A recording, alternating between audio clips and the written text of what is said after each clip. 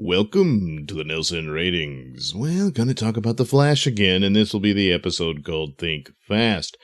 It's a bit better than the previous one that I didn't care for at all, and I wrote it off as mostly a filler episode, which brings back to the idea that I think they need to shrink the amount of episodes they do in these series, so you can avoid things like filler episodes, especially when you've set up a very serious threat in the form of the Thinker, DeVoe, who's been the ongoing overall arc of this season, the ultimate supervillain. And once you've established him as that, and that the global threat that he poses, you kind of have to just forget about all the cutesy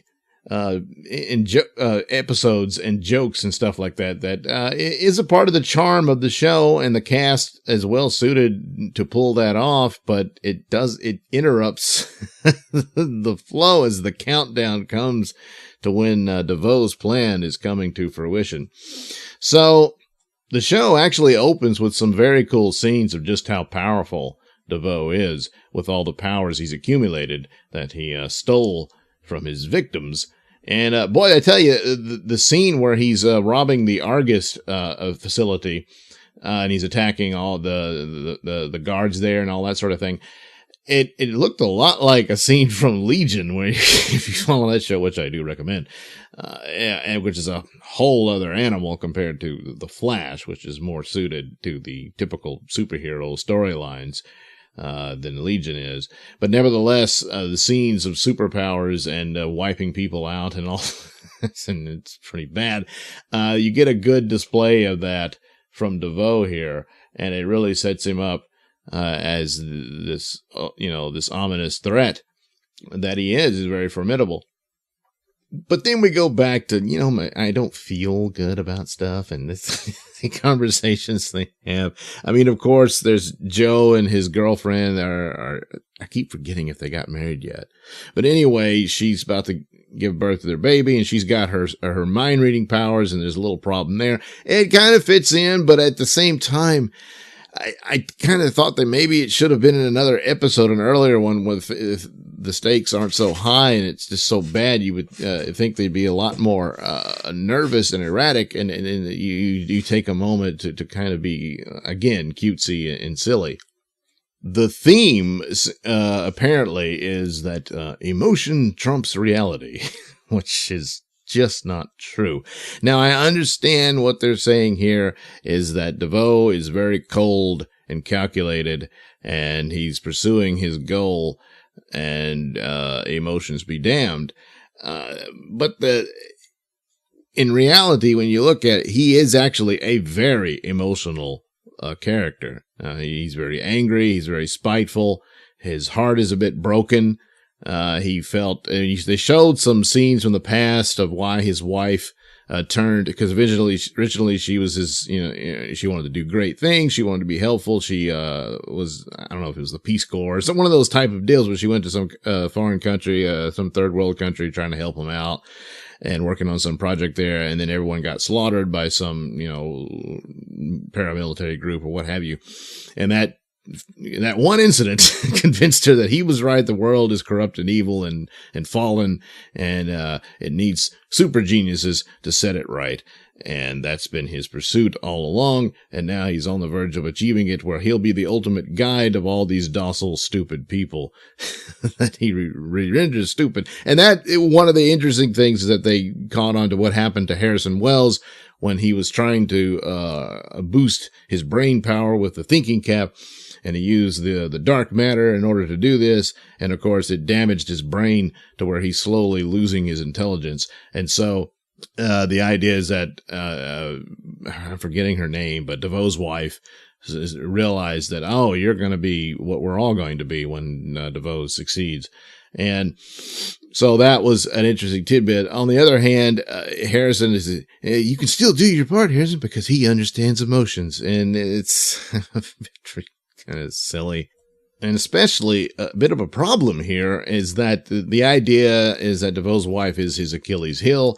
If they can get to her, she can help them prevent this guy because raw superpowers just aren't going to work. They've tried that, and the guy's too powerful at this point, even though the Flash is still working on a plan to try to defeat him. And there's some bits there where he's training his friends, and he's scared and everything. All that works out because he's already lost Ralph, plus all the other people they tried to save, and he's scared.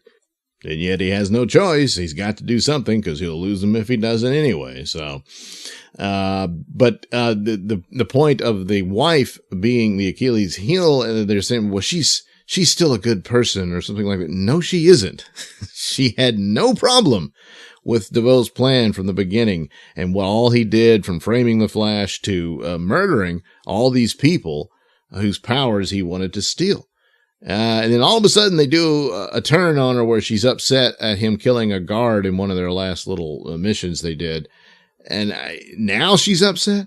I mean, the story was pushing it where he was becoming so enamored of his powers and dismissive of everyone else, even her, where he manipulated her, he drugged her, he would wipe her memories in order to keep her his puppet.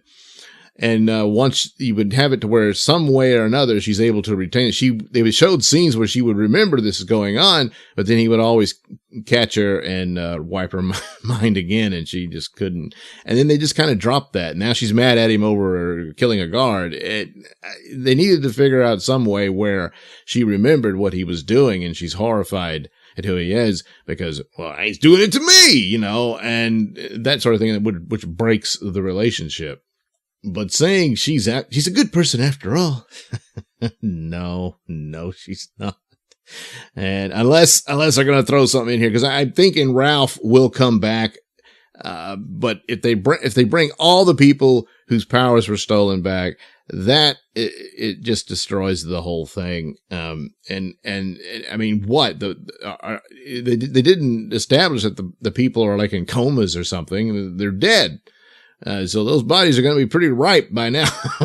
If you're going to return their minds to their bodies, it's not going to work so great. Ralph, however, with his elastic structure, and they showed how he's nearly invulnerable in some cases and whatnot, is it possible that his mind could reclaim his body from DeVoe? And I suspect that might be a way that he comes back. But as for the others, well, that's too bad, so sad. But again, DeVoe's wife witnessed all of this, and she went, fine, honey. So, no, she's not so great. And plus, the battle between emotion and intellect, of course, is a constant in humanity. But that doesn't mean you just say that facts are trumped by emotion. It's it's how you apply the facts and what the morality is. Whether an emotion would play a part in that and guiding you, but emotions can also push you into terrible things, which I would submit is exactly what happened here for DeVoe himself. Now, another thing that's dangling here is that he really seemed to hate the Flash from the get-go more than just his overall plan, rather than just, well, he's going to be an obstacle, so I got to figure out how to get rid of him. But he really seemed to despise him, and I kind of wondered if there was something to that, and it seems maybe there isn't, because I don't see much more to it, and by now we're getting down to the end. And maybe they'll add something to it as to why he hated him.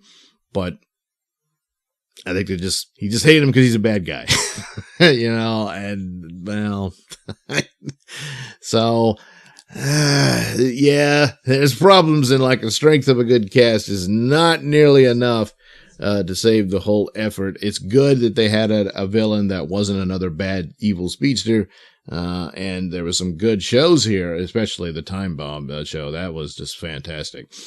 But here you've got elements, too much silliness that kind of stops the flow of a very serious threat.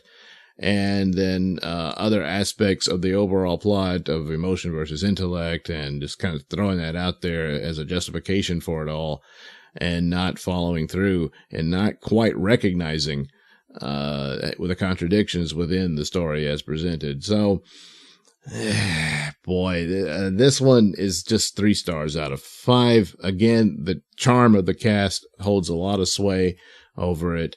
There were some good scenes, but this was pretty weak. It was better, again, from the previous episode, but yeah, there's problems there, and so can't get 5 stars.